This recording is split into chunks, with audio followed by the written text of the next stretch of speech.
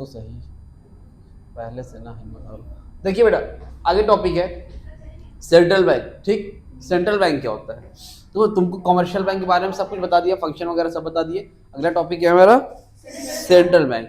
Central bank का मतलब ये होता है कि देखो, सेंट्रल बैंक एक इंस्टीट्यूशन होता है जो कि एपेक्स, एपेक्स मतलब होता है सबसे बड़ा, सुप्रीम इंस्टीट्यूशन होता है in the banking and financial structure of the country. इसके पास पावर होती है नोट इशू करने की, कल बताया था। 1 रुपए की नोट इशू, 1 रुपए की नोट और कॉइन छोड़ के बाकी सारी नोट कौन इशू करता है? सेंट्रल बैंक इशू करता है। ठीक, function of central bank. Central bank के फंक्शंस क्या क्या होते हैं, क्या क्या काम है भैया फंक्शन सेंट्रल बैंक के? नंबर 1 पर है, पहला फंक्शन है बैंक ऑफ इशू। क्या है बाबू? Bank of issue. Bank of issue का मतलब नोट ऑफ इशू लिख सकते हो यहाँ पर, नोट इशू करता है। ठीक है, इसकी के पास पावर है नोट इशू करने की, बाकी कोई और बैंक नहीं है इसके पास नोट इशू करने की। बैंकर, देखो 3 चीजें, banker, physical agent and adviser to the government. देखो बैंक का है मतलब बैंकों का बैंक, मतलब बैंकर का मतलब है गवर्नमेंट का बैंक है। किसका बैंक है? गवर्नमेंट पैसा जमा करती है यहाँ पर हम लोग नहीं करते। कौन पैसा जमा करता है? फिजिकल एजेंट है, एज अ एजेंट काम करता है। एज अ एजेंट किसके लिए? गवर्नमेंट के लिए। ऐसा मान लो अब पैसे आने हैं गवर्नमेंट के, ये पैसे गवर्नमेंट कहीं ट्रांसफर कर रही है, तो खुद नहीं करता है, मतलब एज अ एजेंट काम करता है। जैसे हम ना जाके, कोई हमारे जब कोई और मिडिल मैन काम कर रहा है, वो तो एज अ एजेंट काम करता है। गवर्नमेंट के ट्रांजेक्शन जो होते हैं, जो लेन देन होता है, वो एज अ एजेंट काम करता है। And adviser to the government, government को एडवाइस करता है कहाँ पर पैसे लगाने चाहिए, कहाँ पर नहीं करना चाहिए, सारे एडवाइस देता है। मनी से रिलेटेड जितनी चीजें होती है वो कौन एडवाइस करता है? गवर्नमेंट। गवर्नमेंट नहीं करता, मैं सेंट्रल बैंक करता है, एडवाइस करता है किसको? हाँ, government. Number 3, banker to the bank. Banker to the bank का मतलब क्या होता है? बैंकों का बैंक है। जिस तरह ये मान लो सी से कस्टमर है, कौन है ये? कौन है? बी से बैंक, सॉरी सी से कॉमर्शियल बैंक,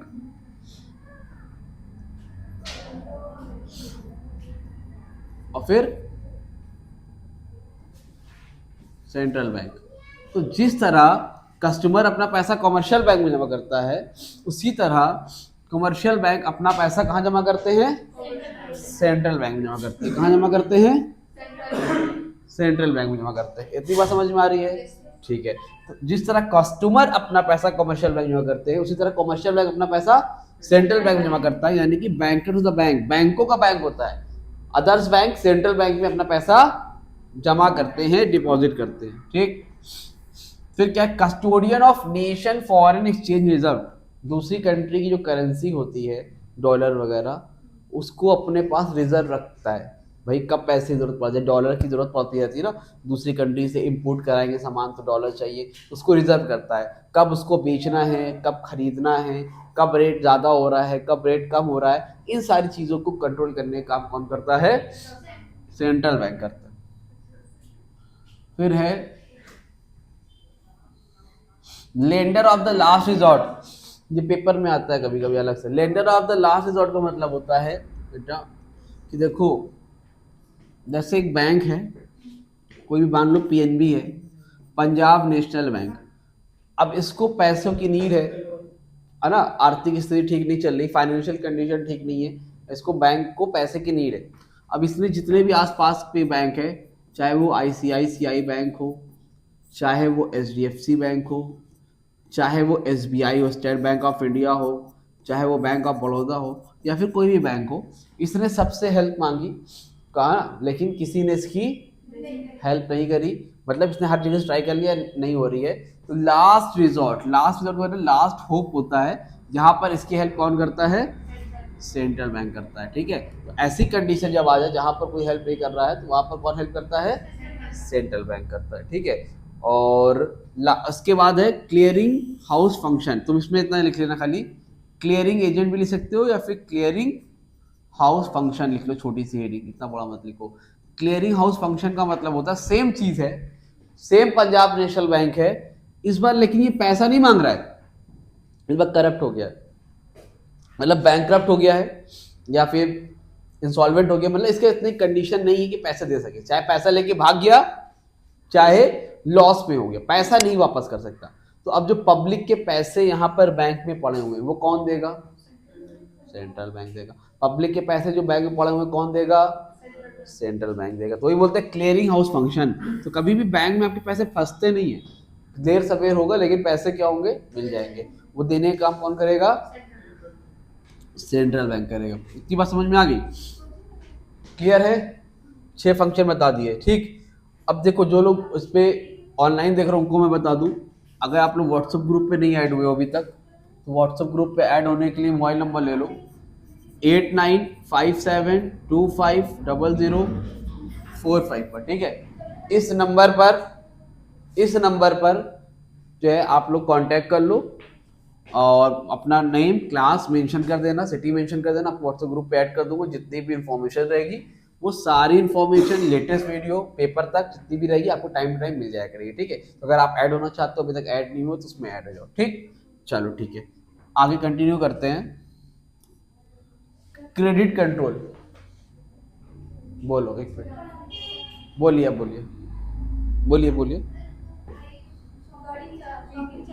अकाउंट, ठीक। देखो आगे है क्रेडिट कंट्रोल। क्रेडिट कंट्रोल का मतलब क्या होता है? तो क्रेडिट कंट्रोल का मतलब समझो भाई, पहले यहाँ पर 2 मिनट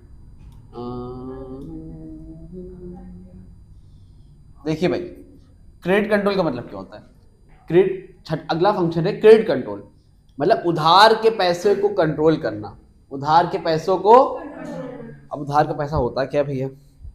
देखो उधार के पैसे का मतलब ये है, जैसे मान लो मार्केट में क्या होता है भाई? पैसा होता है, उसको कंट्रोल करने का काम कौन करता है? सेंट्रल बैंक करता है। कैसे करता है देखो समझना।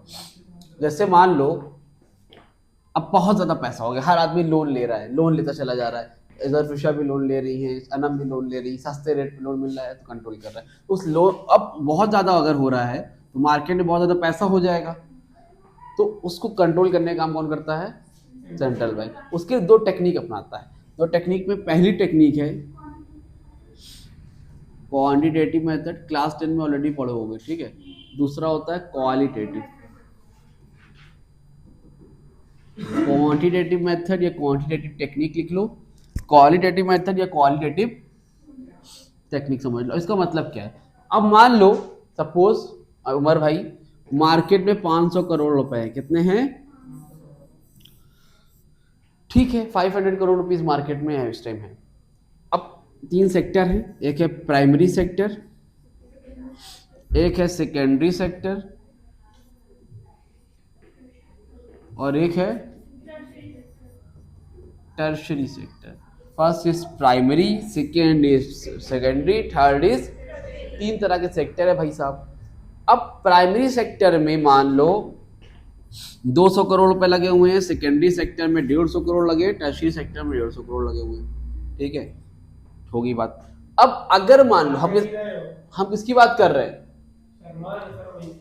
हम किसकी बात कर रहे हैं? क्वांटिटेटिव मेथड की। किसकी बात कर रहे हैं? क्वांटिटेटिव मेथड की।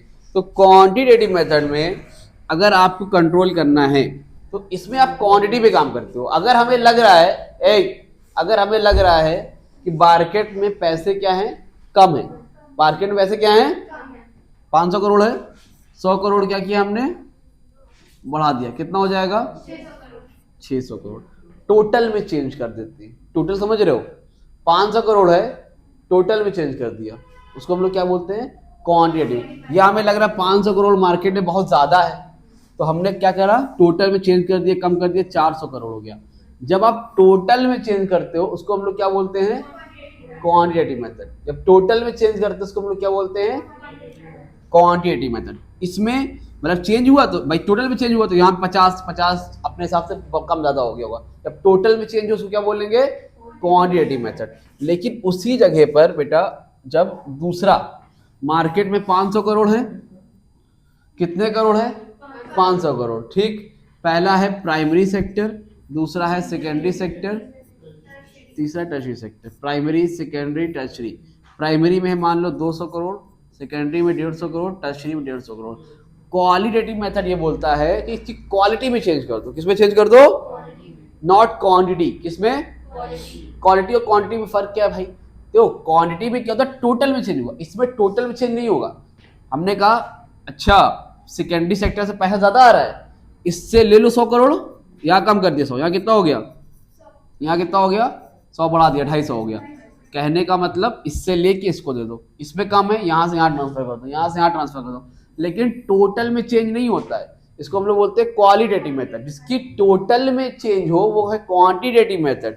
ये टोटल में चेंज ना हो, बस आपस में एक्सचेंज कर दिया, उसको हम लोग क्या बोलते हैं? Qualitative method. बात समझ में आ गई कि नहीं आई? तो 500 करोड़ है, मार्केट में 500 रहेगा, इधर उधर एक्सचेंज हो जाएगा, ये क्या है? Qualitative method. और इसमें क्वांटिटेटिव में क्या है? इसके टोटल में चेंज होगा। इसमें लग रहा है 100 करोड़ कम है, 100 करोड़ बढ़ा दिया, 500 से 600 करोड़ हो गया, ठीक है। ये हो गया क्वांटिटेटिव मेथड। और दूसरा क्या है? Qualitative method. अब इसको कंट्रोल करने के लिए कौन कौन सी वो टेक्निक यूज करते हैं? पहले हम लोग बात करेंगे क्वांटिटेटिव मेथड की। किसकी बात करेंगे?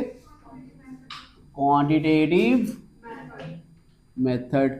अब क्वांटिटेटिव मेथड में हमें क्या करना है?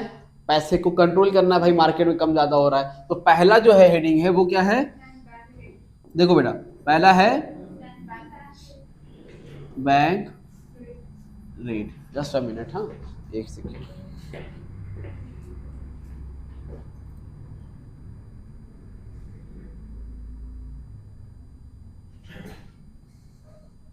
फर्स्ट क्या है बेटा? Bank rate. बैंक रेट का मतलब क्या होता है? देखो ये है सी से कस्टमर। कौन है ये? सी से कस्टमर। ये सी से है कमर्शियल बैंक, लब से लालची आदमी, ठीक है। कस्टमर कमर्शियल बैंक सबसे लालची, पैसा कमाने के चक्कर में लगा रहता है ना खाली, इसका मन बस चले तो जरफिशा को बेच है जाके, ठीक है। और सी से कौन होता है? Central bank. सी से कस्टमर, सी से कमर्शियल बैंक, सी से सेंट्रल बैंक, ठीक है। बैंक रेट क्या होता है? बैंक रेट का मतलब होता है जब सेंट्रल बैंक जो है उसको क्या बोलते हैं? कमर्शियल बैंक को लोन देता है, उसको हम लोग क्या बोलते हैं? बैंक रेट, ठीक है। जब सेंट्रल बैंक कमर्शियल बैंक को लोन देता है उसको हम लोग क्या बोलते हैं? Bank rate. मतलब क्यों देता है तुम सोच रहे होगे कमर्शियल बैंक? भाई देखो ये अनम है हमारे बीच में, ठीक। कौन है ये? ठीक। अब ये अनम मान लो गई कस्टमर बोली बैंक से हमें बैंक लोन दे दो, लोन दे दो, लोन दे दो। तो कितने का लोन चाहिए? कह रहा भैया 10 लाख रुपए का लोन चाहिए, बहुत इमरजेंसी आ गई है, भाई चाबी भूल गए, ठीक है, तो उनके लिए नई चाबी बनवानी है। तो अब 10 लाख रुपए का इसने लोन के लिए पैसा मांग लिया, तो कमर्शियल बैंक ने बोला कि भैया देखो ऐसा है, ठीक है दे देंगे, 10 लाख है, अच्छा रुको। तो बोला भैया 5% पैसा ब्याज लगेगा, इंटरेस्ट लगेगा ना। हमने बोला कोई बात नहीं, बहुत इंपॉर्टेंट काम है, दे दो। तो 5% इंटरेस्ट पे लेगा। तो अब लेगा, तो अब ये क्या करता है? देखो 5 की थोड़ा ज्यादा बढ़ा लो, 10% मान लो, ठीक है, 10% लगेगा इंटरेस्ट। तो अब ये दो तरह से लोन देता है कमर्शियल बैंक। एक तो जो हम लोग के पैसे को जमा कर रखा वहां से लोन देगा। दूसरा मान लो नहीं है इतना पैसा, तो ये सेंट्रल बैंक से पैसा लेगा, कमर्शियल बैंक को, कस्टमर को लोन देगा, ठीक। एज अ मीडिएटर है, सेंट्रल बैंक से पैसा लिया 10 लाख रुपए और फिर इसको दे दिया। अब 5% पे इससे लिया, 10% पे इसको दिया, मतलब समझे?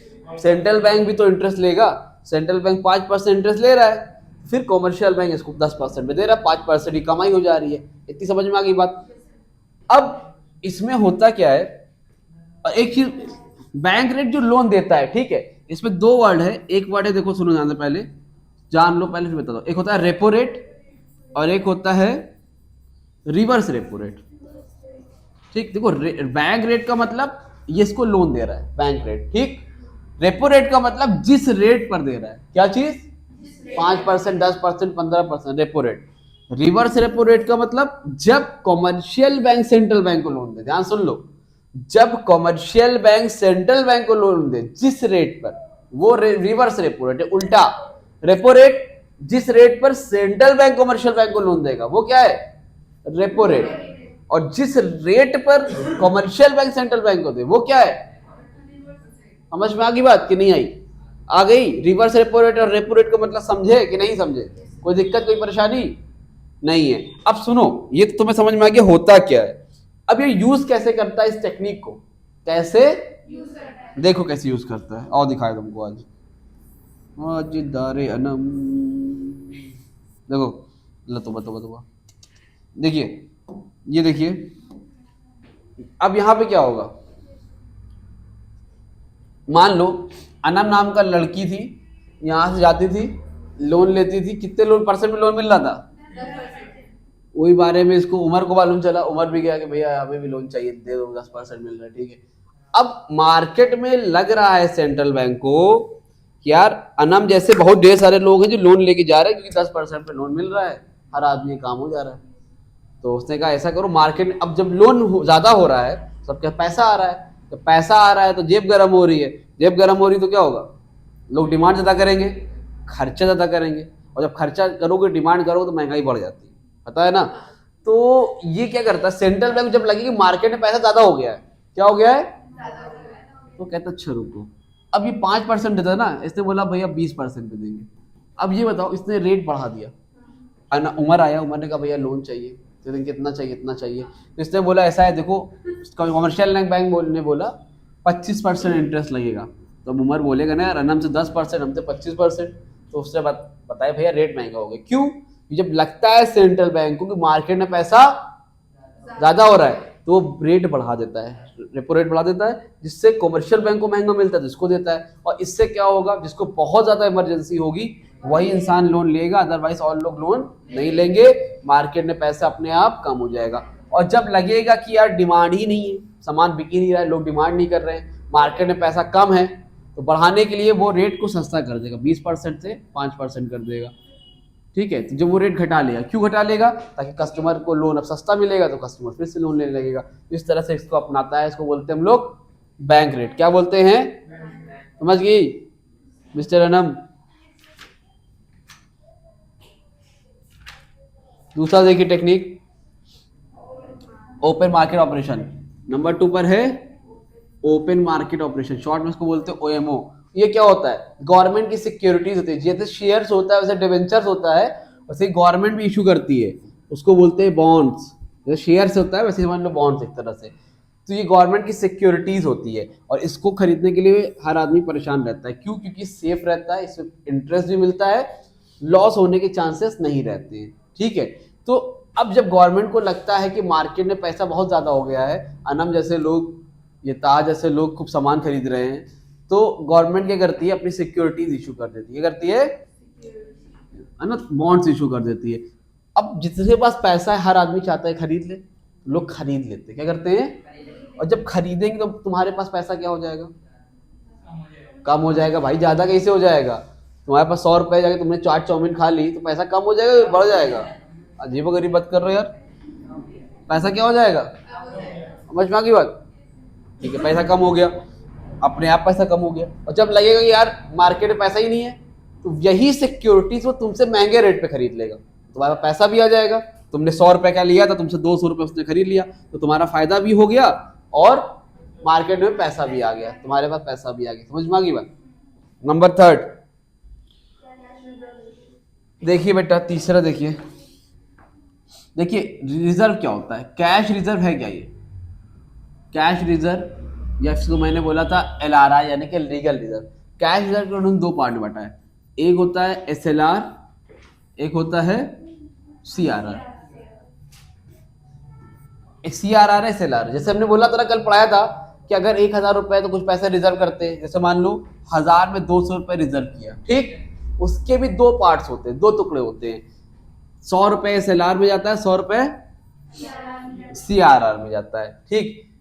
तो ये क्यों बंद होता है भाई, एसएलआर का मतलब होता है, शॉर्ट में समझ लो, स्टैट्यूटरी लिक्विडिटी रेशियो। इसका मतलब क्या है, बैंक से पैसा निकालने के लिए पैसा अलग कर लेते हैं, ठीक, इतना समझ में आ गया, बैंक से, ताकि उम्मे अरम कल पैसा निकालने जाए तो बैंक से पैसा निकल जाए, इसलिए ये क्या है मेन सीआरआर। सीआरआर का मतलब होता है कैश रेशियो। इसका मतलब ये होता है, हमने बताया था ना कि अगर बैंक कोई लॉस में चला जाता है, उसका पैसा कौन देता है, सेंट्रल बैंक भरता है। कहाँ से भरता है, उससे कहता है भैया जो पैसा पब्लिक का ले रहे हो ना, कुछ पैसा हमारे पास भी जमा करो, कुछ पैसा जमा करो, तो वो जमा कर देता है, समझ में आ रही बात की नहीं। तो अब ये इसका मतलब समझ में आ गया सीआरआर क्या होता है।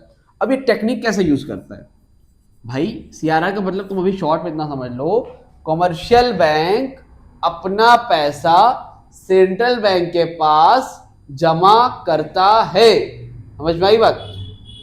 तो अभी कितना कर रहा है यहाँ पर, एक तरह से 10% खाली, कितना,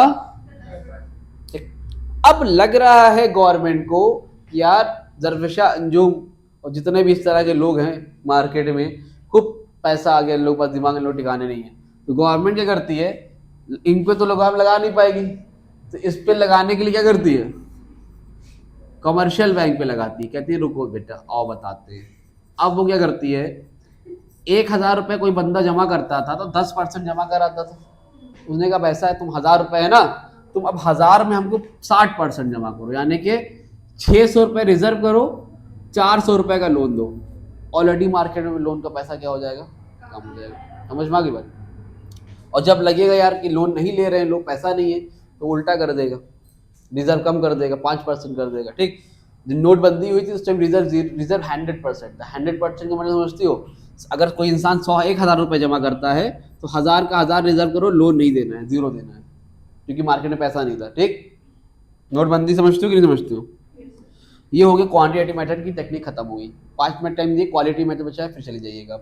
इसके बाद देखिए क्वालिटेटिव मेथड, कौन सी मेथड, क्वालिटेटिव मेथड का मतलब मैंने बता ही दिया कि आप क्वालिटी में चेंज करते हो, टोटल में चेंज नहीं होता है। जैसे ये है अनम, ये है इनकी दोस्त सनम, और ये है अंजुम, ठीक है, अनम सनम और अंजुम, टोटल कितना रुपए है, 100 रुपये। इनके घर में गए, मान लो इन लोग हमारे घर में आए सेवई खाने के लिए, इनको जो है 100 रुपये का नोट दे दिया, ठीक है, हमने लोग तुम लोग बांट लेना आपस में, 30 रुपये ये, 40 रुपये ये, 30 रुपये ये, ठीक। अब बांट लिया, लेकिन अगर हमें लग रहा है कि 100 रुपये भाई अनम को ज़्यादा देना चाहिए था, इनसे 20 रुपये कम कर दिया, -20 कर दिया, इनको 20 रुपये क्या किया, बढ़ा दिया, 50 हो गया, लेकिन टोटल में चेंज, टोटल 100 ही रुपये रहेगा। ये नहीं भैया ऐसा कर लें कि यार देखो एक ऐसा है कि भाई ये भैया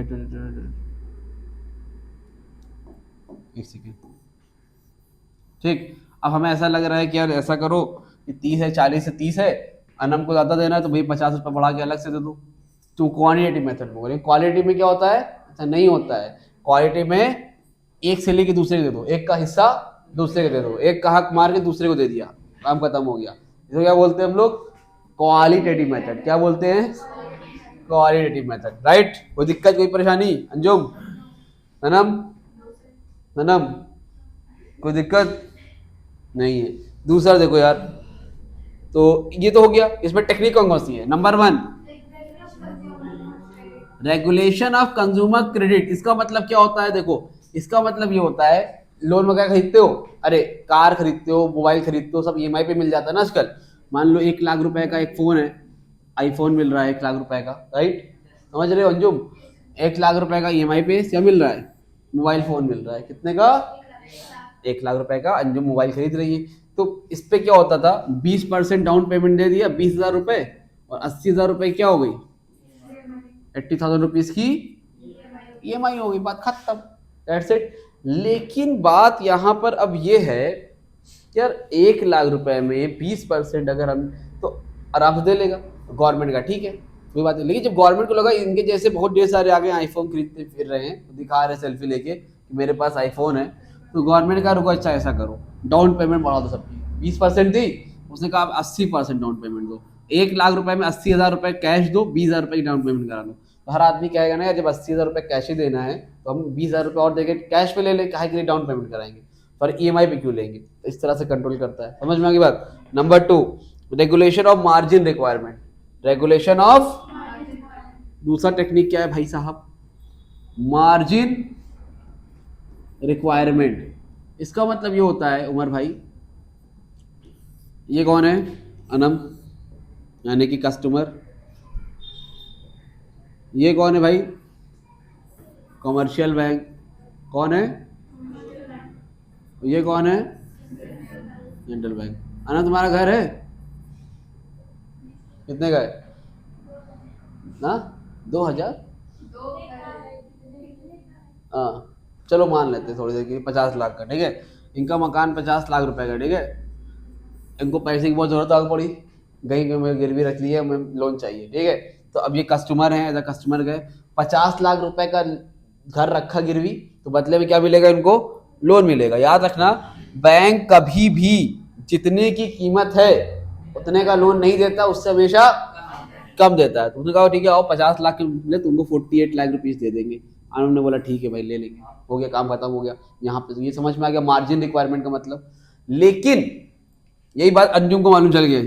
अंजुम ने कहा हम भी अपना घर गिरवी रखेंगे, हमारा घर भी तो है वहाँ पर ट्रिपल आईटी में, तो क्या हुआ। तो हमने कहा मान लो अंजुम का घर 40 लाख रुपए का है, यार 50 का ही मान लो, दिक्कत हो 50 लाख का है। तो अंजुम भी गई कि हमें लोन दे दिए। मार्केट सेंट्रल बैंक मालूम चला कि अंजुम भी यार लोन ले रही है, यानी कि अंजुम जैसे सारे लोग एक्टिव हो गए हैं, मकान गिरवी रख के लोन ले रहे हैं, रेट सस्ता है इसलिए ले रहे हैं। उसने घर को बताते हैं, उसने क्या किया मार्जिन घटा दिया, मार्जिन का बढ़ा दी। मतलब क्या किया, 50 लाख का था तो बोला मेरा घर 50 लाख का लोन दे, तो उसने बोला ठीक है आ जाओ 50 लाख के बदले 30 लाख रुपए देंगे। तो अब ये क्या हुआ, अब ये गिरवी भी रख रहे हैं, कल को पैसा ना लुटा पाए तो घर भी चला जाएगा और 30 लाख रुपए भी मिलेगा। तो इस चक्कर में क्या होगा, ऐसे इनके जैसे लोग क्या होंगे, कट जाएंगे, लोन नहीं लेंगे। जब ये लोग लोन नहीं लेंगे तो मार्केट में पैसे अपने आप पैसा क्या हो जाएगा, कम हो जाएगा, अपने आप पैसा क्या हो जाएगा। समझ में आ गई बात, नहीं आई कोई दिक्कत, कोई परेशानी, दैट्स इट। ये हो गया, इस तरह से कंट्रोल करता है मार्जिन रिक्वायरमेंट। एक तीसरा क्या है, क्रेडिट